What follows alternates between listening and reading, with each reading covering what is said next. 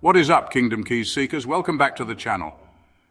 Today we are diving deep into the 7 last words of Jesus Christ, spoken from the cross. This is a roadmap for your entire life. We are going to break down every single one of these statements and unlock the secrets they hold for you, right here, right now. If you are ready to have your mind blown and your spirit lifted, I want you to destroy that like button. And if you're new here, smash that subscribe button and turn on all notifications so you don't miss a single thing we post. This is going to be absolutely epic. We're going to take these 7 ancient statements and make them real for you. Let's go. We're starting with the first statement of them all. You will not believe what Jesus said first.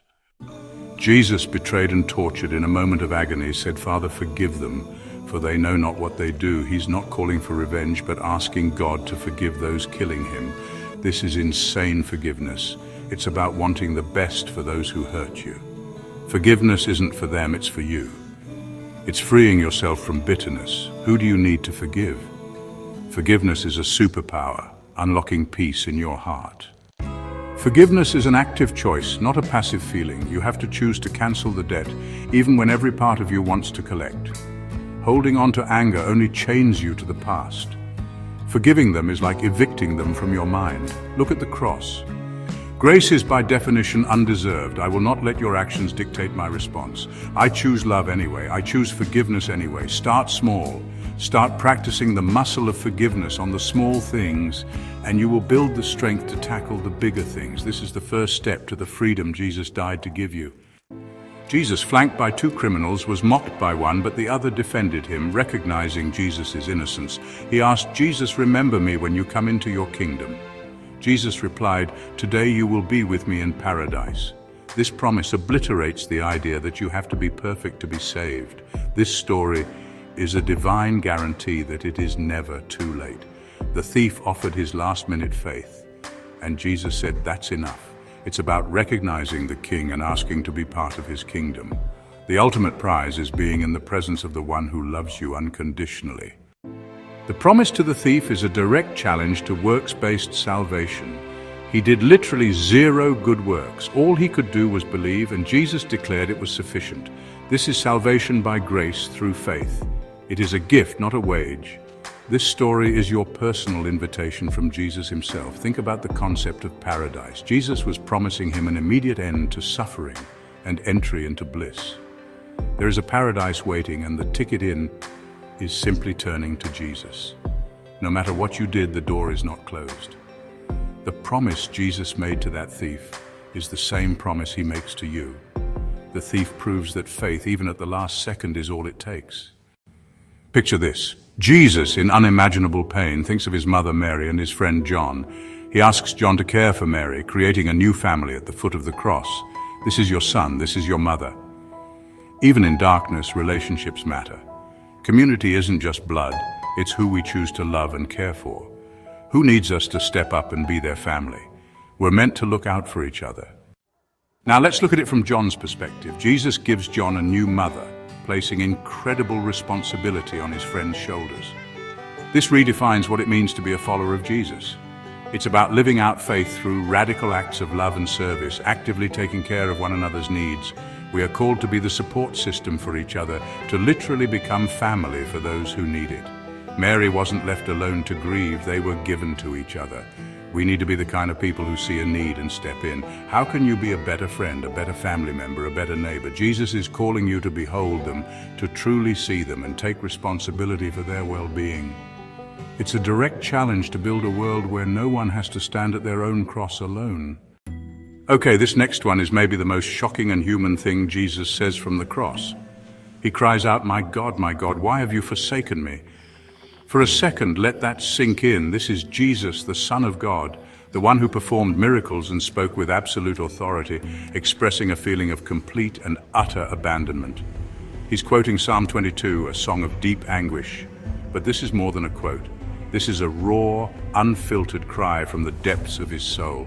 He is experiencing a separation from God the Father that is so profound it feels like being forsaken.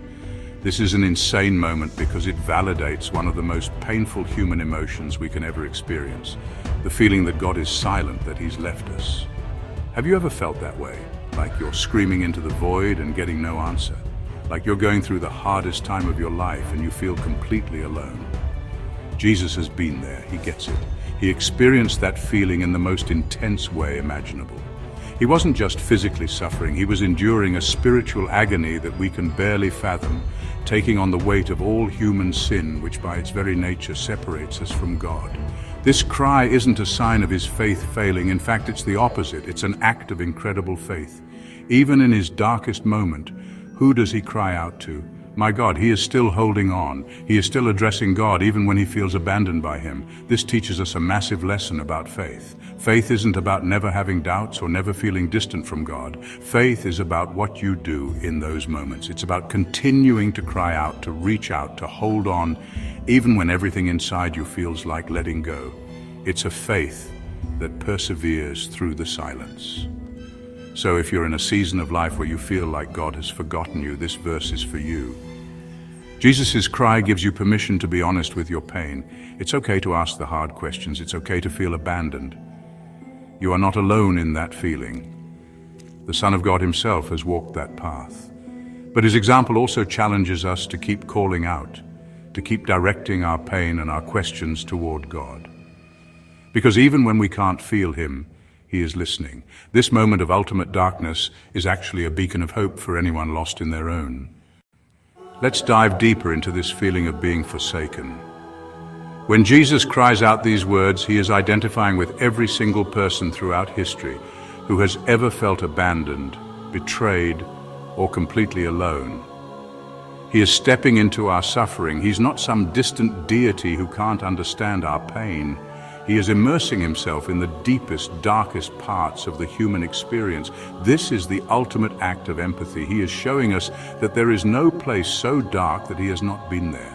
There's no pain so deep that he does not understand it. This is unbelievably comforting. Think about the purpose in this pain. The Bible teaches that on the cross, Jesus became sin for us. He who knew no sin took on the full weight of humanity's rebellion and brokenness. And the natural consequence of sin is separation from a holy God. In that moment, Jesus experienced that separation so that we would never have to. He was forsaken for a moment so that we could be accepted for eternity. It's a mind-blowing exchange. His cry of agony is the sound of our salvation being won. The pain he felt was the price for our peace with God.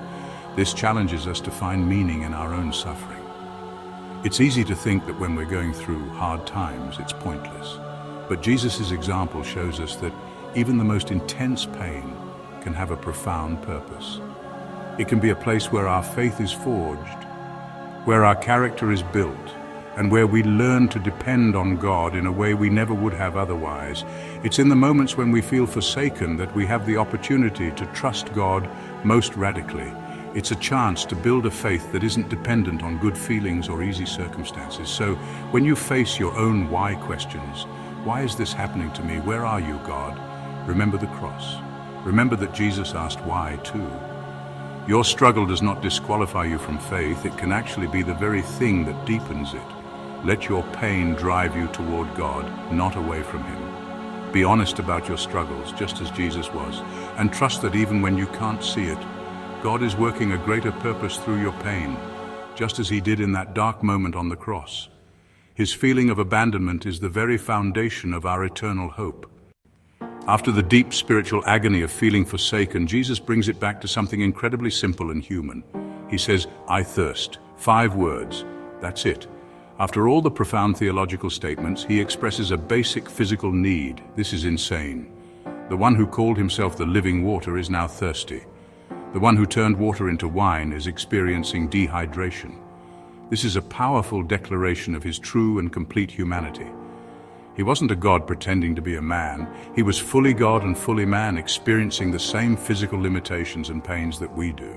This statement strips away all the divine mystery for a moment and shows us a man in agony. Dehydration is one of the most excruciating side effects of crucifixion. His body was failing. He was experiencing real physical torment. By saying, I thirst, he is identifying with our weakness, our vulnerability, and our fundamental human needs. He understands what it's like to be hungry, to be tired, and to be thirsty. He gets our physical struggles because he lived them. This makes him so much more relatable. He's not just a savior in the sky, he's a savior who knows what it's like to be in a broken human body. But there's more going on here than just physical thirst. This is also a fulfillment of prophecy. In Psalm 69 it was written, "They gave me poison for food, and for my thirst they gave me sour wine to drink." By saying these words, Jesus is consciously fulfilling the scriptures, showing that every single detail of this moment was part of God's plan. Even in his agony, he is in control, completing the mission he was sent to accomplish. It's a declaration that this is not a random tragedy. It is the deliberate, planned-out salvation of the world. Every single detail matters. This simple statement invites us to be honest about our own needs. So often we try to act like we have it all together. We hide our weaknesses and pretend we're not struggling. But Jesus, in a moment of ultimate strength and purpose, admitted his physical need. This gives us the freedom to be vulnerable. It's okay to admit you're tired. It's okay to ask for help. It's okay to say, "I'm struggling." True strength isn't about never having needs. It's about being honest about them. Jesus models a vulnerability that is actually a source of incredible power and connection. While Jesus' thirst was absolutely a real physical torment, many theologians believe it also points to something much deeper. This is a spiritual thirst. Think about it. Jesus' entire life was about doing the will of his Father. His deepest longing was for the redemption of humanity and the restoration of our relationship with God. At this moment on the cross, as he's about to complete his mission, this cry of "I thirst" can also be seen as a profound expression of his longing for that mission to be finished. It's a thirst for righteousness, a thirst for salvation to be accomplished. This challenges us to think about what we are truly thirsty for in our own lives. We spend so much time and energy chasing things that never really satisfy us. Money, fame, success, pleasure. We drink from all these wells, but we always end up thirsty again. Jesus is pointing to a different kind of thirst, a deeper longing in the human soul that can only be satisfied by a relationship with God. It's a thirst for meaning, for purpose, for love, for something eternal. What is the deep spiritual thirst of your heart? Are you trying to quench it with the wrong things? This moment on the cross is a massive turning point. Jesus, the source of living water, experiences thirst so that we can have our spiritual thirst quenched forever. He said, "Whoever drinks the water I give them will never thirst." He endured the ultimate spiritual dryness so that he could become an endless spring of life for us. It's another one of these incredible divine exchanges happening on the cross. His suffering becomes our satisfaction. His pain becomes our peace. His thirst makes it possible for us to never be spiritually thirsty again. It's an unbelievable gift. So, the next time you feel that deep sense of longing, that feeling that something is missing in your life, remember Jesus' cry, "I thirst." Recognize it for what it is, a spiritual thirst that only God can satisfy. Let it be a reminder to turn to him, the source of living water. This simple human statement is an invitation to explore the deepest needs of your own heart and to find the only one who can truly fulfill them. It's a call to stop drinking from broken wells and come to the one who offers a satisfaction that lasts for eternity. For Jesus' sixth word, he says something epic. In the final moment, right before you cross the finish line, you get to say, "It is finished." That is exactly what Jesus did. This wasn't a cry of defeat, but a shout of pure victory. Every prophecy, everything he came to do, completed in that moment. In Greek, tetelestai, stamped on receipts when a debt was paid in full. Paid in full. Jesus stamped a giant paid in full notice over humanity's sin. This is the ultimate freedom. You don't have to fight anymore, you just have to accept it. Live in that life-changing victory every day. Now let's bring this into your own life. We all have missions, big and small, like graduating or finishing a project. That feeling of completion is one of the best. Jesus' declaration gives us a blueprint. Even in the greatest challenge, we can keep our eyes on the finish line. Think about your toughest challenge. Jesus' "it is finished" is encouragement when we're struggling. Our purpose isn't just to start, but to finish. Because Jesus finished his mission, we are empowered to finish ours. You're running with his power, fueling every step. What do you need to finish? Go out there and prove you are a finisher. This is it, the final word. Jesus does something that requires the most insane level of trust imaginable. "Father, into your hands I commit my spirit." This is the ultimate trust fall on a cosmic scale. Jesus willingly places his very essence into the care of his Father, completely surrendering in perfect peace. This shows us what true faith looks like. The safest place you can ever be is in the hands of God. You can find peace by surrendering to Him. Jesus shows us a better way. True strength is found in surrender. That is true freedom.